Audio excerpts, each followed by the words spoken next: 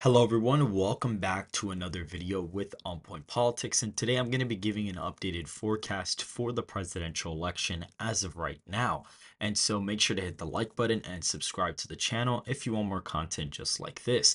Donald Trump has lost a pretty decent amount of his polling lead ever since a couple days ago in the RCP aggregate. He was leading by 2.9 percentage points, and now he only leads by around a point, which suggests that the popular vote will probably be +4 for Donald Trump. So Biden theoretically is surging in the electoral college right now. Donald Trump is projected to now win the popular vote by 4.5 points, meaning that there is a bit of a problem.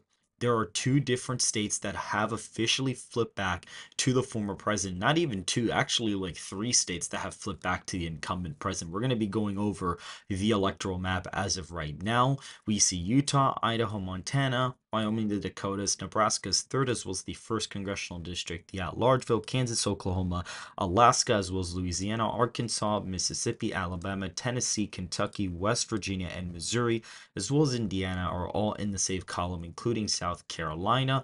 In this scenario, as of right now, we do also see in this electoral college scenario that Maine's first is still in that safe column pretty comfortably. And we also see that Iowa is an 18-point victory, which a very accurate pollster from 2020 that basically had a Trump +7 poll the month before the election has the state now as a +18-point victory. And that's what my model is currently showing for the state as of right now. We do also have the state of Ohio as an 18.1 percentage point victory. But what you'll notice is that Texas and Florida are no longer in this safe classification. However, as we keep looking through all these states, we see that Biden's safe states have not really changed. California, Hawaii, Maryland, DC, Massachusetts, and Vermont are safe. Not even the state of Hawaii. The actual margin here as of right now is about only 10 points as of right now. So that's not necessarily going to be a great look for, the incumbent president. That is still a very abysmal margin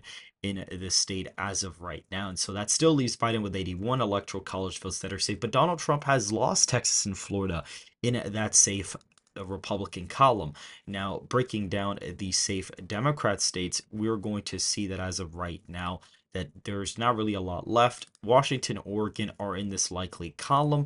Another state that is back in the likely column is the state of Colorado at 6 points for Biden. Illinois at around 9 points. Connecticut, Delaware, Rhode Island are all likely states as of right now. New Jersey is also now a 6 point victory for President Biden as of right now. And we see the state of Hawaii as a 10 point victory. However, the state of New York is actually only a 9 point win for President Biden. He is still, losing a lot of support. And I mean, just because Colorado and New Jersey are now back in the lean column doesn't necessarily mean, or in the likely column, doesn't mean that Biden is surging like crazy. I mean, yeah, he flipped back two states that he should be winning very easily back from lean to likely, but he is still up in these states, not by a crazy amount. And even in the state of New York, there was a poll that came out today that actually has him up by only 8 points. So that's in line with what the most recent poll actually shows. The poll had him up 8. I have Biden up 9 as of right now in the state of New York.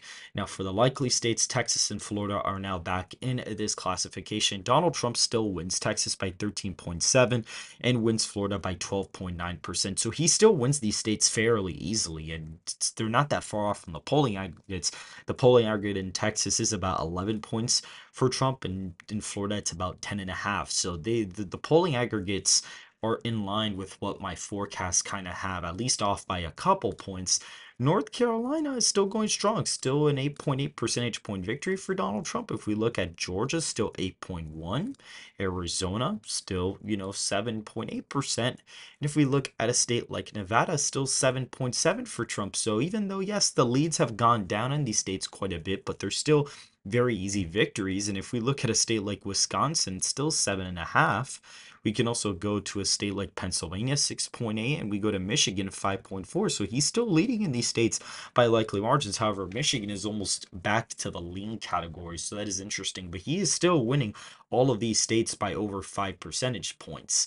And so now what we'll be looking at is the rest of the states here. Now, Nebraska second in my model is listed as a 0.3 percentage point victory for Trump. It is very close. And since it is a very left trending district, I actually expect that this classification could possibly be correct.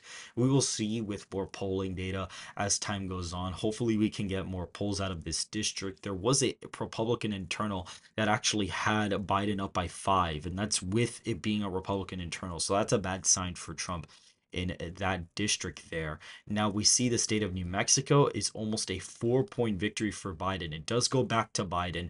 I have realized that there is a lot of white liberals in the state of New Mexico, and so unfortunately this may actually be Trump's hardest flip in the state of New Mexico. And plus, since Trump has lost a lot of ground in the national polling average, you will more than likely see the state of New Mexico still vote for Biden as of right now. So that's the first flip from this forecast.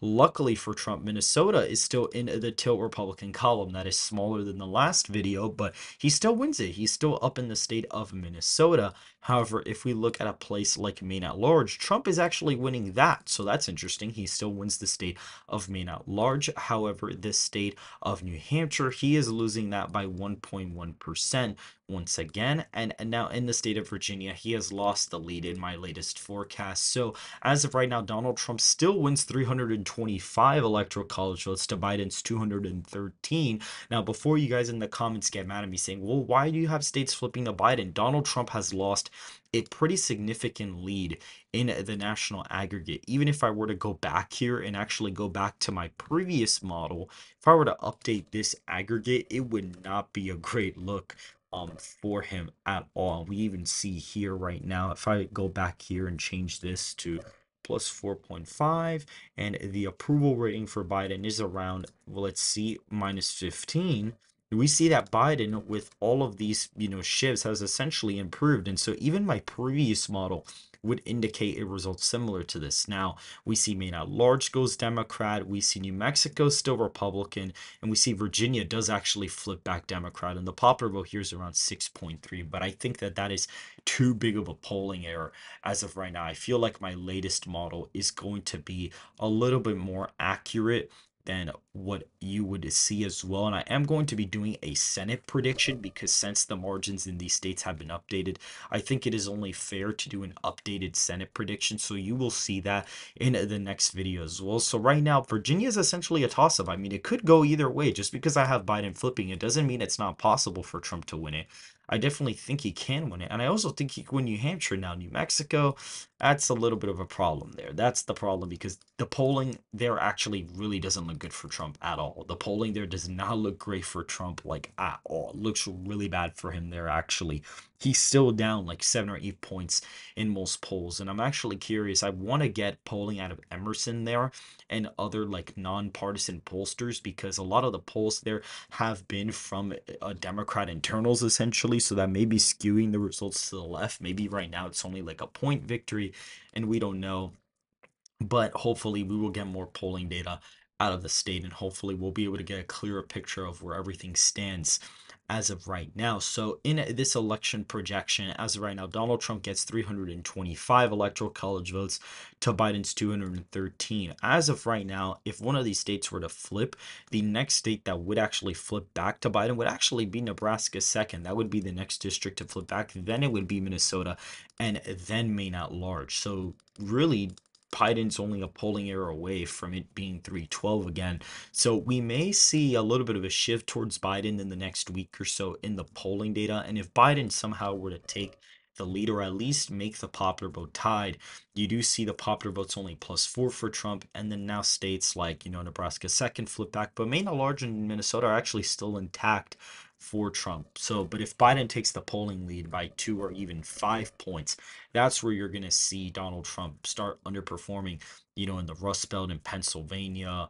You're going to start seeing him, New Mexico goes back to likely, all these states would go back to lean Democrat. So you would see a closer election matchup at that point as of right now. But I really doubt Biden's going to lead the aggregate by 5. I think at most, even in a crazy scenario, at most, Biden probably leads the aggregate maybe by 3, even if that, like literally, even if that. I really doubt it would even be that. So as of right now, Donald Trump leads the aggregate by 1.4, but we do have the presidential debate coming up, which I do expect Trump to gain from that. But again, politics in a week is basically an eternity. The presidential debate is essentially a week from now, as of literally right now, because the debate is at 9 p.m. So literally, basically exactly in basically a week is when the debate's going to be. And so I'm very curious to see where it ends up.